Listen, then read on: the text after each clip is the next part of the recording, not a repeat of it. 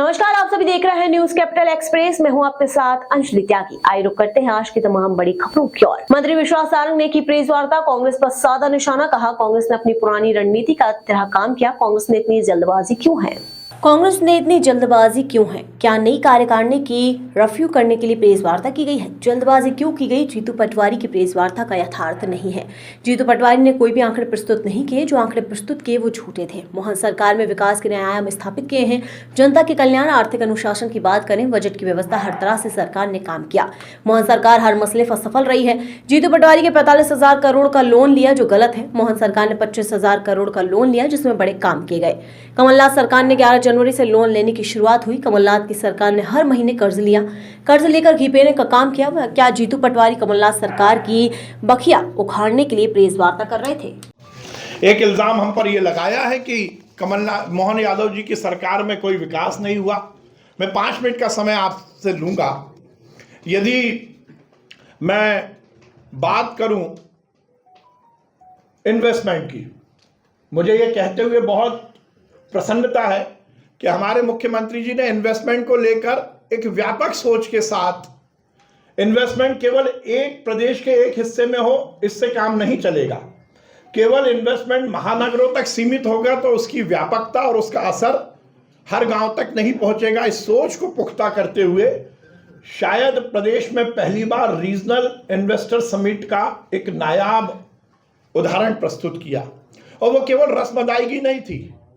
हम यदि बात करें तो हमने उज्जैन, ग्वालियर, रीवा, जबलपुर, सागर में रीजनल इन्वेस्टर समिट के माध्यम से उस रीजन में क्या कुछ उद्योग के अवसर हो सकते हैं इस पर तो बात की ही, साथ ही इन्वेस्टमेंट लाने में भी हमने सफलता अर्जित की।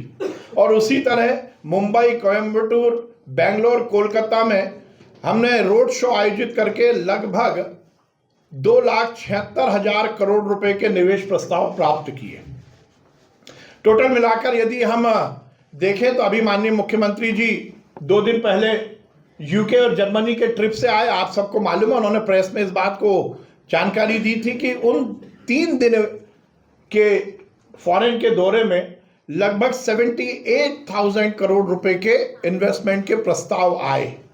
हमारी सरकार का जो कमिटमेंट है वन विंडो का, उसको चरितार्थ करते हुए आपने ही लिखा था, मीडिया को मैं धन्यवाद देता हूं, कि यूके से ही किसी एक कंपनी को यदि इन्वेस्टमेंट आया था, उसको जमीन की जरूरत थी, तो जब मुख्यमंत्री जी ने वहां वो प्रस्ताव प्राप्त किया और then and there Madhya Pradesh से उनको अलॉटमेंट, जमीन के अलॉटमेंट के पत्र मिल गए। ये हमारा इन्वेस्टमेंट के प्रति जो कटिबद्धता है उसको स्थापित करता है।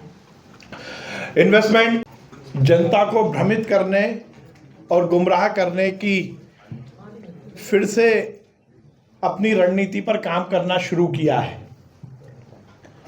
आज एक प्रेस कॉन्फ्रेंस हुई है। इतनी जल्दबाजी क्यों हुई है हमें समझ में नहीं आया।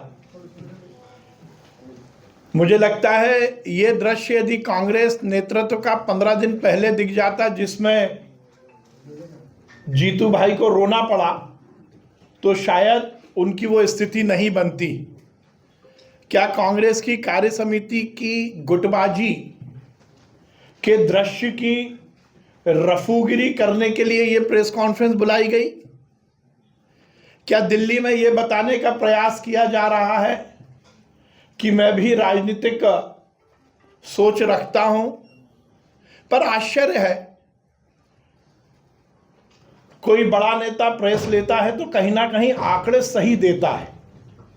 बिना आंकड़ों की, बिना तथ्यों की प्रेस कॉन्फ्रेंस करना और यह बताना कि हम सब एक हैं,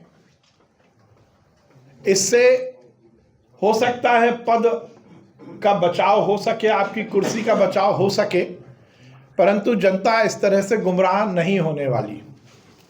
जैसा मैंने कहा कि मुझे समझ में नहीं आया कि जल्दबाजी क्यों की गई, पर जो उन्होंने कहा उसमें कहीं भी यथार्थ नहीं है।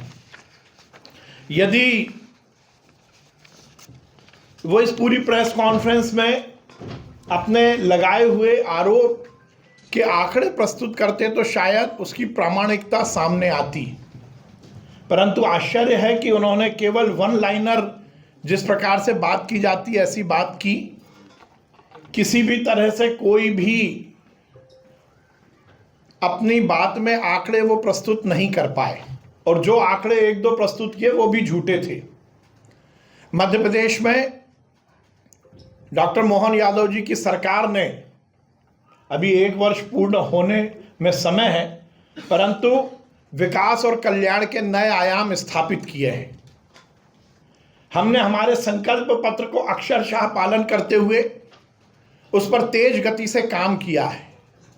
चाहे हम विकास की बात करें, चाहे हम जनता के कल्याण की बात करें, चाहे हम आर्थिक अनुशासन की बात करें, चाहे हमारी पुरानी योजनाओं को जनता तक पूरे हित के साथ पहुंचाने की बात करें, या आगे आने वाले समय की हमारी योजनाओं को सही ढंग से मूर्त रूप देने के लिए बजट की सुव्यवस्था करने की बात करें, संस्कृति को बचाते हुए आगे आने वाली पीढ़ी को रोजगार, किसान को उसकी खेती का सही दाम, महिलाओं को सम्मान, मजदूर को इस प्रदेश में जीने का सही हक देना, कानून व्यवस्था की चुस्त दुरुस्ती, केंद्र सरकार से मिलकर डबल इंजन की सरकार को एक एक कस्बे, एक एक गांव, एक एक मोहल्ले और एक एक घर तक पहुंचाना, उसके कल्याण और विकास को मूर्त रूप देना, किसी मोर्चे पर मोहन सरकार विफल नहीं रही है।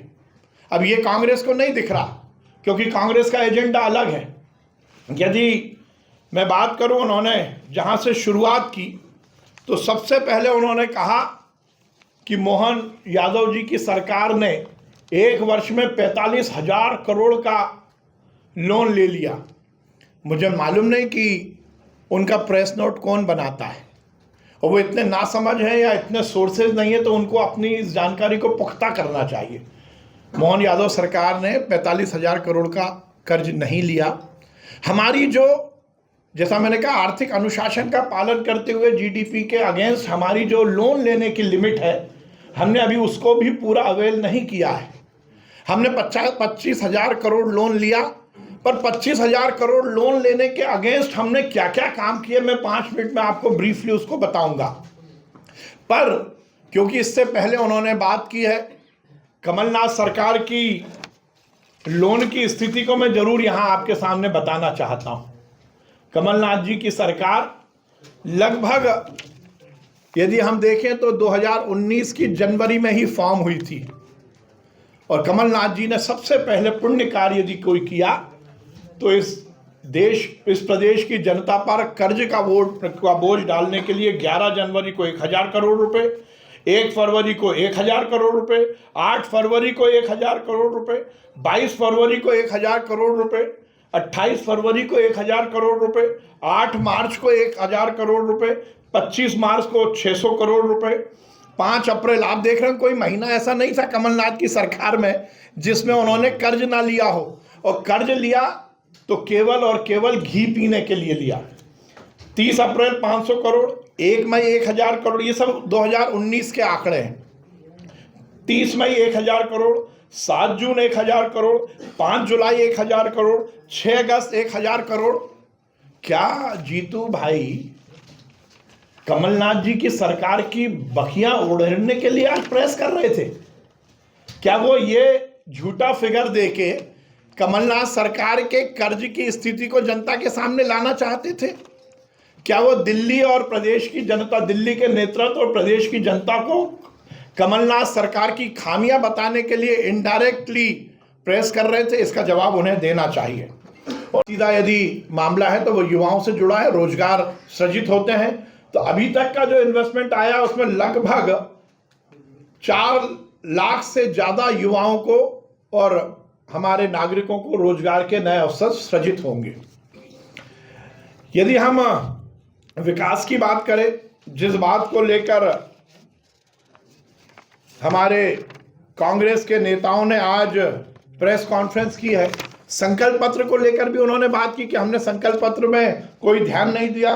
तो मैं उनकी जानकारी में देना चाहता हूं कि हमने एक संकल्प पत्र बनाया, निश्चित रूप से बनाया, उसको लेकर हम जनता के बीच गए, हमने चुनाव लड़ा, और उसमें लगभग 456 हमारे संकल्प के पॉइंट थे जिन पर हमें काम करना था। मुझे कहते हुए बहुत प्रसन्नता, आपको भी मालूम है संकल्प पत्र 5 साल का होता है, किसी भी सरकार का रोड मैप एजेंडा होता है, पर मुझे ये कहते हुए बहुत प्रसन्नता है कि 456 में से 310 संकल्प पर हमने काम करना शुरू ही नहीं किया, बल्कि उसमें से लगभग 50 तो हमने पूरे कर लिए और 310 पर हमारा तेजी से प्रगति चल रही है, क्योंकि कुछ अल्पकालिक होते हैं, कुछ दीर्घकालिक होते हैं। तो ये कहना भी उनका बिल्कुल ठीक नहीं है कि हमने संकल्प पत्र में काम नहीं किया।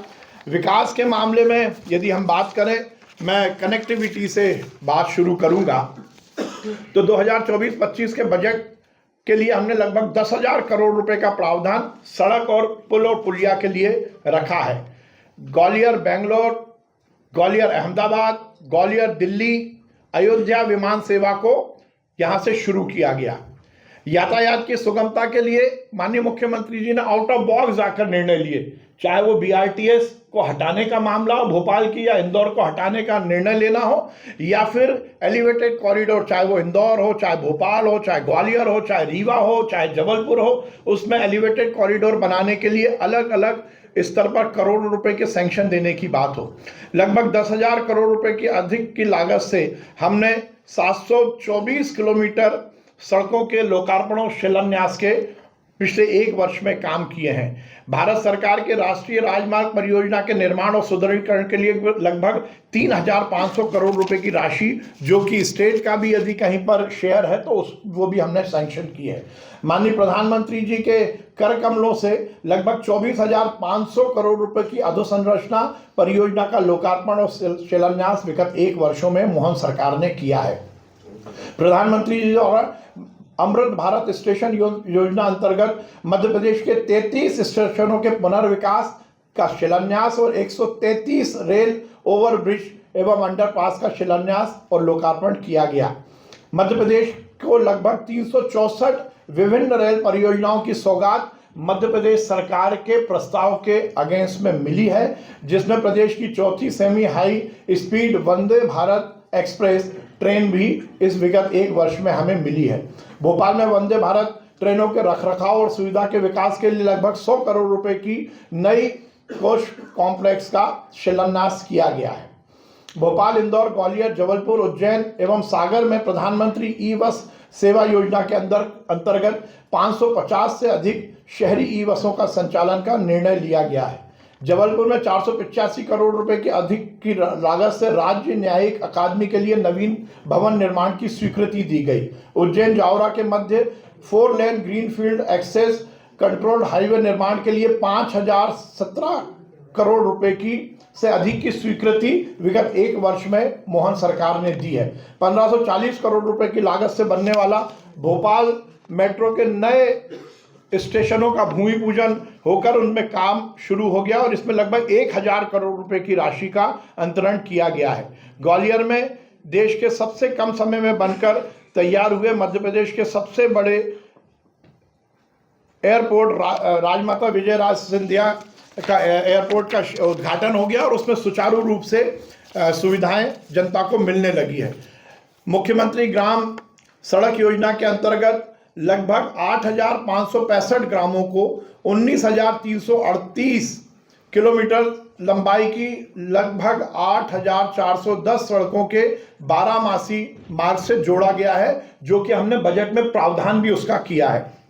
प्रधानमंत्री ग्राम सड़क योजना में वित्तीय वर्ष में लगभग 1,000 किलोमीटर की सड़कों के निर्माण के लिए एवं लगभग 2,000 किलोमीटर की सड़कों के नवीनीकरण का प्रस्ताव भी बजट के माध्यम से पूरा किया जा रहा है। रीवा एयरपोर्ट में लाइसेंस मिल गया और उसके विस्तार का कार्य विगत 1 वर्षों में बहुत तेजी से शुरू हुआ है। राष्ट्रपति जी के कर कमलों से 1,692 करोड़ रुपए की लागत से बनने वाले उज्जैन इंदौर 6 लेन का भूमि पूजन मार्ग का भूमि पूजन किया गया और उसका कार्य बहुत तेज प्रगति से है। सरकार के प्रस्ताव पर ही शुरू हो चुका है। विंध्य क्षेत्र को मिली बड़ी सौगात में मध्य प्रदेश का 6ठा एयरपोर्ट, जैसा मैंने बताया, रीवा का एयरपोर्ट मिला है और ये उस पूरे क्षेत्र के लिए नए विकास के आयाम को स्थापित करेगा। 18,036 करोड़ रुपए की लागत से इंदौर मनमाड़ रेलवे लाइन की परियोजना प्रदेश की प्रस्ताव पर स्वीकृत हो चुकी है। उसमें जो पैसा या जो सुविधाएं मध्य प्रदेश सरकार को देनी है उसके लिए हमने पूरा प्रावधान किया है। 309 किलोमीटर लंबी रेल लाइन पर 30 नए स्टेशन बनाने का प्रस्ताव भी मध्य प्रदेश में विगत 1 वर्षों में हुआ है। रेल परियोजनाओं में प्रदेश के जनजातीय बहुल आकांक्षी जिले, ये प्रधानमंत्री जी की एक बड़ी सोच है, आकांक्षी जिले या आकांक्षी ब्लॉक, वहां पर विकास के नए आयाम स्थापित हो, इसलिए जिला बड़वानी, धार, खंडवा, खरगोन, इंदौर सहित निकटवर्ती जिलों को पूरी तरह लाभान्वित करने की योजनाएं की गई हैं। 3,589 करोड़ की लागत से भोपाल कानपुर इकोनॉमिक कॉरिडोर के 4 लेन के अपग्रेडेशन की स्वीकृति प्रदेश सरकार ने दी है। 6 लेन आगरा ग्वालियर राष्ट्रीय हाई स्पीड कॉरिडोर की परियोजना स्वीकृत हो चुकी है। लगातार विकास के हमने कार्य किए हैं। जैसा कर्ज की बात है तो मैं एक बात और बताना चाहता हूं। जीतू जी ने, उमंग जी ने बड़े ज्ञान की बातें की। अच्छा लगता कि वो लगभग हमारे ही समय पर बनी हुई तेलंगाना, कर्नाटक और हिमाचल सरकार का भी जिक्र करते। मुझे लगता है व्यापक रूप से बात करते तो शायद ज़्यादा यथार्थ सामने आता। हम आपको सबको मालूम है और आपके माध्यम से हमें ज़्यादा जानकारी मिलती है कि कर्नाटक, तेलंगाना और हिमाचल की सरकार में शासकीय कर्मचारियों को पैसे, तनख्वाह देने के भी लाले पड़े हुए हैं। एक भी उनका संकल्प पत्र या वादा पूरा नहीं हुआ। कांग्रेस के राष्ट्रीय अध्यक्ष ने ही कटाक्ष किया है कि वादे उतने करने चाहिए जितने पूरे हो सके। कांग्रेस की उन सरकारों ने कोई वादे पूरे नहीं किए हैं। एक बात और की गई है कि मध्य प्रदेश में ट्रांसफर को लेकर बहुत भ्रष्टाचार है। मुझे लगता है फिर ये बात इसीलिए की गई कि वो कमलनाथ सरकार की याद दिलाना चाहते हैं। मुझे आश्चर्य है, हमारे यहाँ तो ट्रांसफर पर बैन लगा हुआ है। विगत 1 वर्षों से तो मोहन सरकार ने ट्रांसफर पर बैन ही नहीं खोला है, तो कौन से ट्रांसफर की वो बात कर रहे हैं। मुझे आश्चर्य होता है। जो प्रशासनिक अमले का ट्रांसफर है वो तो रेगुलर है, IAS IPS का ही अमूमन है, वो तो व्यवस्थाएं बनाने के लिए, पर ट्रांसफर उद्योग खुल गया है। मुझे लगता है आश्चर्य, ये भी मुझे लगता है उनके अल्प ज्ञान का ही परिचायक है। हमने लगातार कानून व्यवस्था को लेकर भी उन्होंने बहुत बातें की हैं।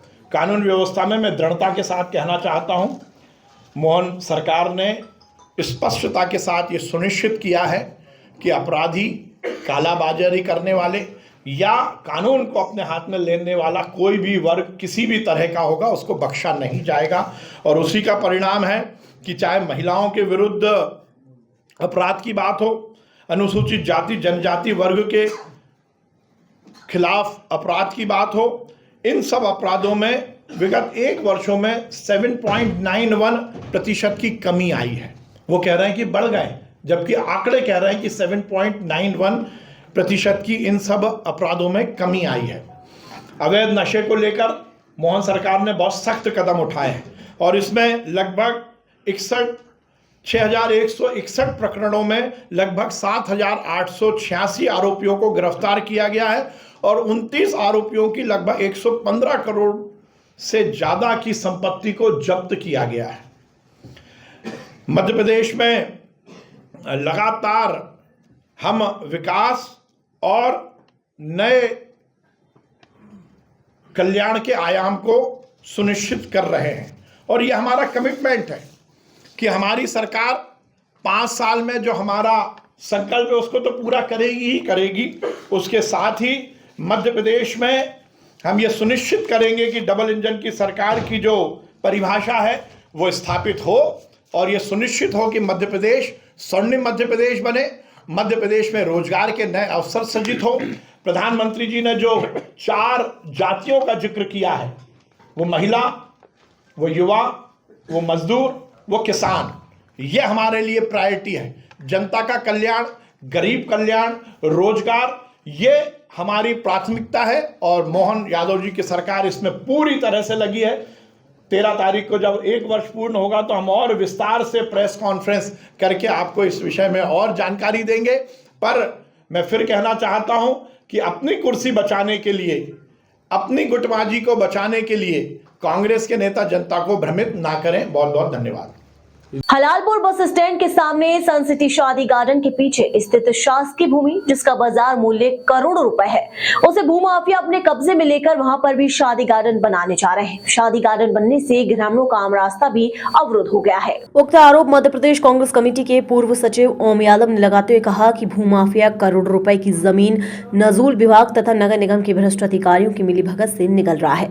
उन्होंने कहा कि इस संबंध में कांग्रेस का शिष्टमंडल शीघ्र ही प्रदेश राजस्व विभाग के कमिश्नर से मुलाकात कर उन्हें सारी जानकारी देगा और भ्रष्ट अधिकारियों के विरुद्ध कार्यवाही की मांग करेगा। नाम बताइए अपना। ओम यादव, पूर्व सचिव मध्य प्रदेश कांग्रेस कमेटी। क्या है पूरा मामला सर? आज जो हलालपुरा के पास जो सन सिटी गार्डन है उसके पीछे शासकीय भूमि पर किस प्रकार का अतिक्रमण है, क्या पूरा मामला? कुछ ग्रामवासी आए थे वहाँ के हलालपुर वाले, उन्होंने बोला था कि हम 4-5 साल से शिकायतें करते आ रहे हैं, उस पर कोई कार्रवाई नहीं है। तो मैंने पूछा क्या है ऐसा मामला, तो उन्होंने बोला सन सिटी गार्डन के पास में लगा हुआ उसी संचालक का एक वुड गार्डन भी है, वहाँ पे लोगों ने वन विभाग की भूमि पे धीरे धीरे कब्जा बढ़ाते जा रहे हैं और जो उनका रास्ता था पुराना, वो रास्ता भी रोक दिया और उस पर गार्डन का निर्माण कर लिया। तो इसकी शिकायत मैंने कलेक्टर से भी की है और आगे चल के हमारा एक प्रतिनिधिमंडल राजस्व विभाग के कमिश्नर से भी मिलेगा और शिकायत करेंगे कि इन लोगों पर कार्रवाई कर। करोड़ों रुपए की जमीन इन लोगों ने कब्जे में कर कितनी जमीन होगी जो कब्जा करके रखे हैं? और जमीन में देखो ऐसा है, कई वर्ग फुट की जमीन है, बेस कीमती जमीन है, करोड़ों रुपए की जमीन। वन विभाग के अधिकारी हो गए, नजूल विभाग के अधिकारी हो, इनकी सब मिली भगत से होता है ये सब। वहाँ पे जो भी हैं देख रेख करने वाले, उनकी मिली भगत से कब्जा होता जा रहा है। इसकी शिकायत की है, अगर इस पर सख्त कार्रवाई नहीं हुई तो हम ग्रामवासियों के साथ मिलकर जन आंदोलन छेड़ेंगे। कौन है वो लोग जो कब्जा करके रखे? मैं बता रहा हूँ आपको, सन सिटी गार्डन, आप संचालक ही मान लो, गार्डन के संचालक ही लोग हैं। सन सिटी गार्डन का संचालक, जो पीछे उनका एक और वुड गार्डन है, इन लोगों ने धीरे धीरे कब्जा जमाते जा रहे हैं। शिकायतें करते तो प्रशासन कम से कम देखना तो चाहिए, उसकी कार्रवाई तो होना चाहिए। अगर प्रशासन संज्ञान नहीं लेता तो आगे क्या रुख रहेगा ओम यादव जी का? हम बता रहे हैं ना आपको, हम ग्रामीणों के साथ मिलकर जन आंदोलन छेड़ेंगे और इसकी शिकायत लोकायुक्त में भी की जाएगी। इसलिए हम उनसे मांग करते हैं प्रशासन से कि इसकी नफ्ती कराया जाए।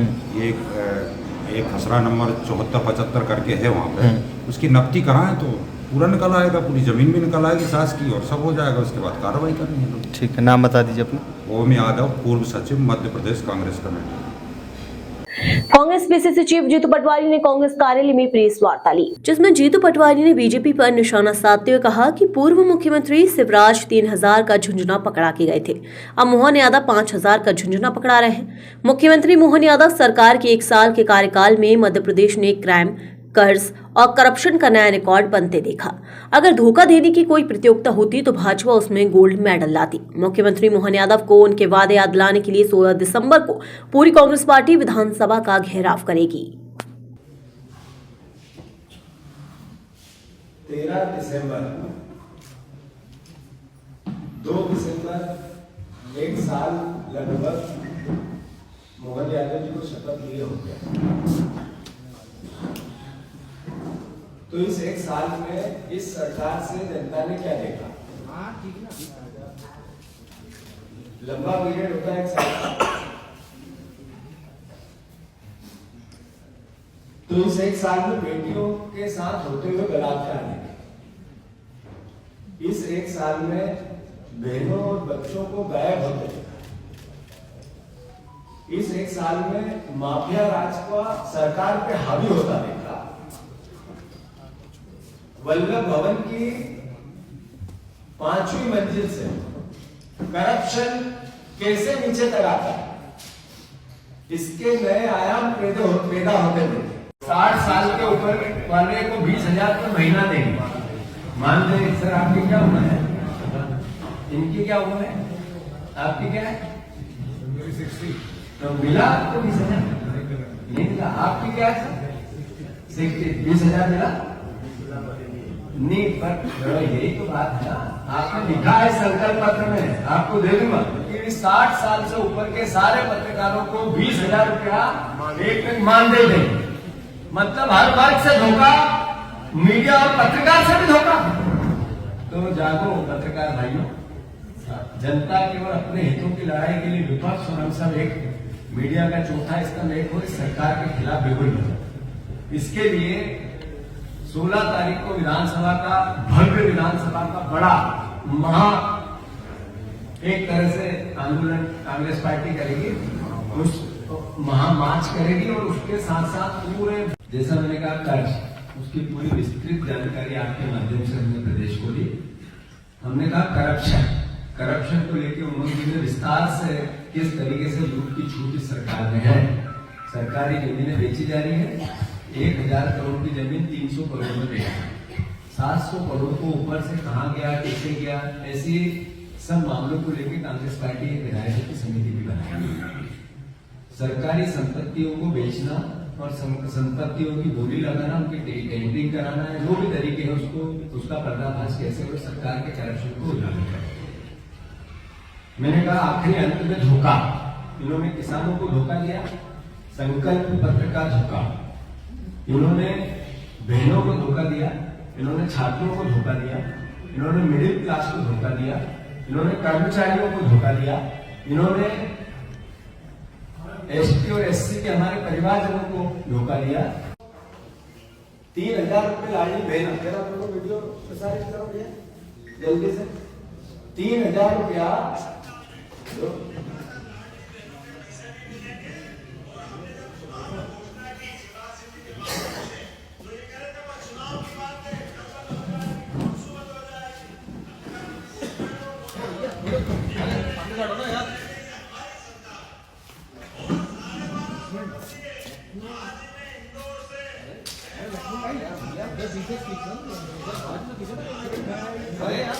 लखनऊ कैमरों के सामने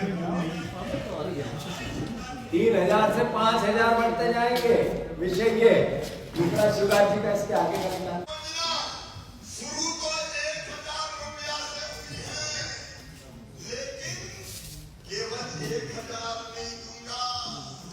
अभी तो शुरू किया है मैंने, अभी तो ये धान उपार्जन किसानों की सबसे बड़ी समस्या है, लेकिन अब तक ये समस्या दूर हो चुकी है। ऐसा इसलिए कहा जा रहा है क्योंकि 2 दिसंबर यानी आज से जबलपुर में धान उपार्जन की प्रक्रिया शुरू की गई है। धान उपार्जन के लिए जिला प्रशासन की ओर से तकरीबन 950 लॉट बुकिंग करवाए हैं। वहीं प्रशासन की ओर से 80 केंद्र बनाए गए हैं जहां पर किसान अपने धान का उपार्जन करवा सकते हैं। धान उपार्जन को लेकर कलेक्टर दीपक सक्सेना का मानना है कि पिछले साल की तुलना में इस साल उपार्जन को लेकर समस्या न हो, इसके लिए जिला प्रशासन पूरी तरह से तैयार है, जिसके लिए किसानों को भी आवश्यक दिशा निर्देश धान उपार्जन को लेकर दिए जा चुके हैं।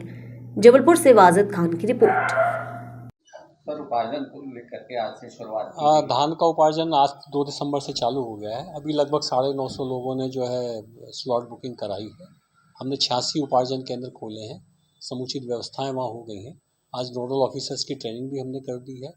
जो सोसाइटी पे मुकर्रर किए जाने वाले जो सर्वेयर हैं वो भी हमारे पास 100 से ज़्यादा आ गए हैं, हर केंद्र के लिए आ गए हैं, उनको भी ड्यूटी अलॉट कर दी है।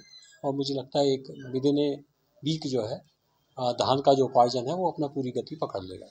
किस प्रकार से दिशा निर्देश आपके द्वारा? नहीं, बेसिक चीज़ जो है ये कि लास्ट टाइम जो गलतियां हुई थी वैसी गलतियां ना हो। इस बार हम किसानों को शुरू से इस बात के लिए चेता रहे हैं कि बगैर स्लॉट बुकिंग किए वो लोग जो है मौके पर नहीं जाएं। स्लॉट बुकिंग करने के बाद ही धान को लेके जाएं। धान की प्रॉपरली चेकिंग हो, चेकिंग होने के बाद बोरों में प्रॉपरली भराई हो, बोरों में टैग लगाया जाए, प्रॉपरली स्टैक बने। यदि रिजेक्टेड माल है तो उसका सैंपल रखा जाए, किसान को मौका दिया जाए आपत्ति प्रस्तुत करने का। इन सारी चीज़ों की निगरानी की जाएगी। सर, इसमें हर बार ये आता है कि किसानों से कुछ राशियाँ भी वसूली की जाती है तुलाई के नाम पे या माल लदाई के नाम पे। इस विषय को लेकर कर्मचारियों को या समिति इस बारे में देखिए शुरू से लगातार निर्देश दिए गए हैं कि किसान को अपनी धान को साफ करके लेके आना चाहिए, मॉइस्चर नहीं होना चाहिए। अपग्रेड यदि करना होगा तो अपग्रेड करने का खर्चा किसान को बियर करना पड़ेगा। इसके अलावा किसान को कोई पैसा जो है सोसाइटी में किसी भी तरह का नहीं देना है। यदि वो देते हैं, यदि इस तरह का कोई पैसा लेते हैं, उनको शिकायत करनी चाहिए, शिकायत करेंगे, कार्रवाई होगी। जबलपुर में निजी अस्पतालों की मनमानियों से नाराज होकर जबलपुर युवक कांग्रेस के पदाधिकारियों और कार्यकर्ताओं ने जबलपुर के मुख्य चिकित्सा एवं स्वास्थ्य अधिकारी डॉक्टर संजय मिश्रा से मुलाकात कर अपनी 7 सूत्री मांगों का ज्ञापन सौंपा है। ज्ञापन में युवक कांग्रेस ने आमजन की मुसीबत पर प्रकाश डालते हुए स्पष्ट किया है कि जबलपुर के निजी अस्पताल पूर्ण रूप से मनमानी पर उतर आए हैं और मरीज का उपचार करने की आड़ में अनाप शनाप बेल लगाकर अपनी जेब में भर रहे हैं। उन्होंने मांग की है कि प्रत्येक अस्पताल में मरीज के पहुंचते ही उसे दिए जाने वाले उपचार एवं उसमें आने वाले खर्च को स्पष्ट रूप से बता दिया जाए। इसके साथ ही अस्पताल में सोनोग्राफी एवं अन्य जांचों की रेट लिस्ट स्पष्ट रूप से लगा दी जाए ताकि मरीज अपने बजट के अनुरूप ही इलाज करवा सके। अक्सर देखा गया है कि मरीज के ऊपर लाखों रुपए का बिल ठोक दिया जाता है और फिर उसके बाद कई बार विवाद की स्थितियां भी बनती हैं। युवक कांग्रेस के विज्ञापन पर अपनी प्रतिक्रिया देते हुए डॉक्टर संजय मिश्रा ने कहा कि जल्द ही उनकी मांगों पर विचार करते हुए निजी अस्पतालों को निर्देशित किया जाएगा। जबलपुर से वाजिद खान की रिपोर्ट। के खिलाफ हम लोगों का क्रमबद्ध आंदोलन चल रहा है, जिसके रूप में हमने कलेक्टर को पहला ज्ञापन दिया और दूसरा आज हम CMHO साहब से मिलने आए हैं इस संबंध में ज्ञापन देने। जो खुली लूट मचा रखी है प्राइवेट हॉस्पिटलों ने, उसमें मोदी जी का कहना है कि एक देश एक चुनाव होना चाहिए। हमारा ये मांग है कि एक देश एक रेट क्यों नहीं। हॉस्पिटलों में अलग अलग रेट हैं। कुछ हॉस्पिटल वाले 5 स्टार होटल बना के बैठे हुए हैं और उसमें बहुत ज़्यादा रेट लगाएं। इसका रेट का पैमाना तय होना चाहिए। सबसे पहले इसका रेट का पैमाना तय हो कि रेट का पैमाना क्या है। और हमारी दूसरी इसमें मांग ये है कि हॉस्पिटलों के तरफ से बाध्यता ख़त्म की जाए कि दवाई हमारी ही दुकान से लेनी है या हमारी ही दुकान से जांच करानी है, इसकी बाध्यता ख़त्म हो। क्योंकि बाहर 20% डिस्काउंट में दवाइयाँ मिल रही हैं और अंदर पूरे रेट पे मिल रही हैं, रेट टू रेट मिल रही हैं। यह हमारी प्रमुख मांग है। 5 स्टार होटल जैसे हॉस्पिटलों में जाके पता ये चलता है 10-10, 20-20 हज़ार रुपये एक दिन का चार्ज ले रहे हैं। क्या आपने सोने चांदी हीरे जवाहरात से बनाया है हॉस्पिटल? जनता की मौत का सौदा कर रहे हैं आप और लूट खसोट कर रहे हैं, खुली लूट कर रहे हैं। इसमें अधिकारी भी संलिप्त हैं, उनके आंखों में पट्टी बांध के ये लूट कराई जा रही है। हम लोग इस संबंध में पूरे जनप्रतिनिधियों को जबलपुर के ज्ञापन देंगे, उनसे समर्थन मांगेंगे और उसके बाद हमारा आंदोलन उग्र होता जाएगा अगर इसकी कार्रवाई नहीं होती है तो। कौशल यादव, प्रदेश महासचिव युवक कांग्रेस।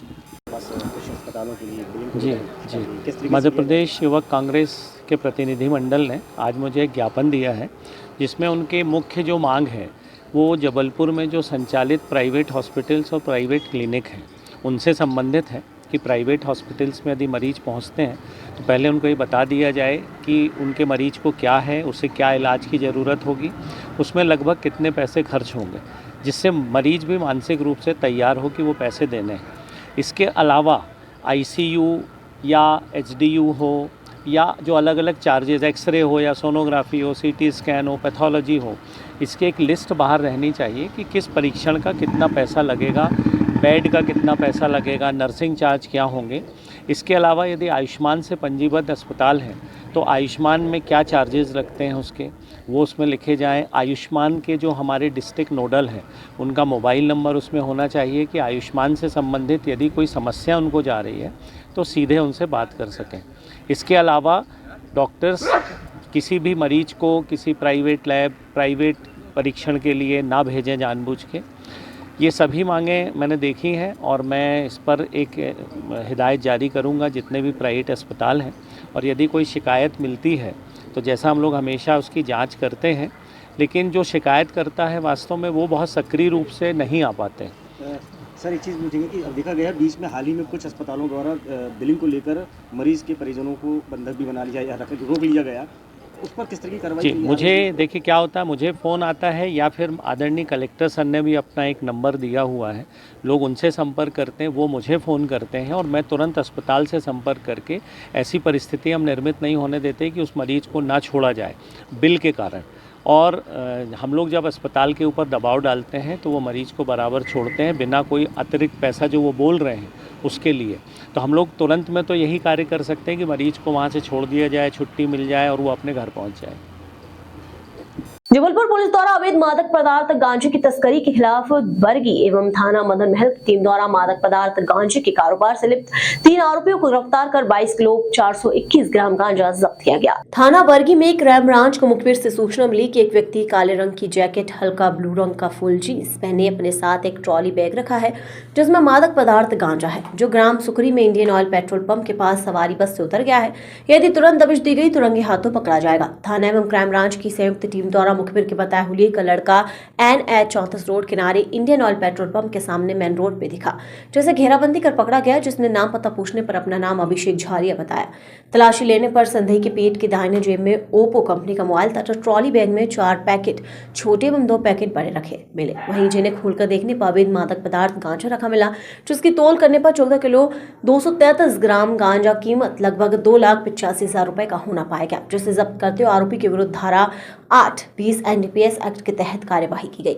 एडिशनल एसपी सोनाली दुबे ने बताया कि वहीं थाना मदन महल अंतर्गत क्राइम ब्रांच को विश्वसनीय मुखबिर से सूचना मिली कि एक युवक मैरून रंग की शर्ट एवं ग्रे रंग का पैंट तथा साथ में एक युवती काले रंग की जैकेट एवं काले रंग का जींस पैंट पहने हुए लिंक रोड पुलिया के पास मदन महल में किसी को अवैध मादक पदार्थ गांजा देने वाले हैं। पुलिस टीम ने दबिश संदिग्ध युवक एवं युवती बैग टांगे खड़े दिखे, जिन्हें घेराबंदी कर पकड़ा।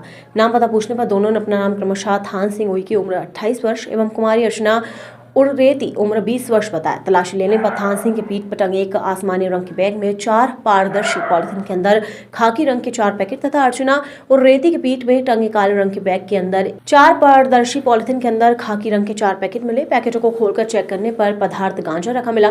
तोल करने पर कुल 8 किलो 188 ग्राम गांजा कीमत लगभग 1,63,000 रुपए का होना पाया गया। वहीं आरोपी के कब्जे से गांजा जब्त करते हुए आरोपी के विरुद्ध धारा 8 व 20 NDPS एक्ट के तहत कार्रवाई करते हुए उक्त गांजा कहां से और कैसे प्राप्त किया है संबंध में पूछताछ की जा रही है। जबलपुर से वाजिद खान की रिपोर्ट। मैडम, मामला जानकारी में आया है कि गांजे के साथ कुछ आरोपी गिरफ्तार हुए, कैसा क्या है पूरा मामला? थाना बरगी में क्राइम ब्रांच जबलपुर है, उनके द्वारा इन्फॉर्मेशन शेयर किया गया था कि एक सस्पेक्ट जो है वो बस में इस तरह गांजे का परिवहन कर रहा है। ये एक जॉइंट एक्शन था जो बरगी पुलिस के द्वारा लिया गया था और संबंधित व्यक्ति को बस में से जब उतार की तलाशी ली गई तो व्यक्ति वीरेंद्र झारिया नाम का व्यक्ति तिलवारा का रहने वाला था और उसके पास से 14 किलो गांजा जो है वो जब्त किया गया है। मैडम, लगभग ये गांजा कितनी कीमत करीब का? गांजे की कीमत जो है वो आज की तारीख में जो अंतर्राष्ट्रीय मूल्य होगा उसके आधार पर निकाली जाएगी। मैडम, इस पर लगभग पहले भी इस तरह की कोई कार्रवाई पहले भी पूर्व में की जा चुकी है? ये जो झारिया है, वीरेंद्र झारिया, ये इसका पूर्व में भी जो है वो एक रिकॉर्ड रहा है और थाना बरगी में ही इसको जो है वो गांजे के साथ गिरफ्तार किया गया था। मैडम, इसमें ये जानकारी है कि ये गांजा कहाँ से लेके आ रहा था और कहाँ जा रहा था? पुलिस इसमें जो है वो सोर्सेज की तलाश जो है वो कर रही है, उससे पूछताछ किया जा रहा है कि वो ये गांजा परिवहन किसके गांजा लेके करता है और इसकी जो डिस्ट्रीब्यूशन है वो भी कहाँ कहाँ कर रहा है, इसके संबंध में जानकारी ली जा रही है।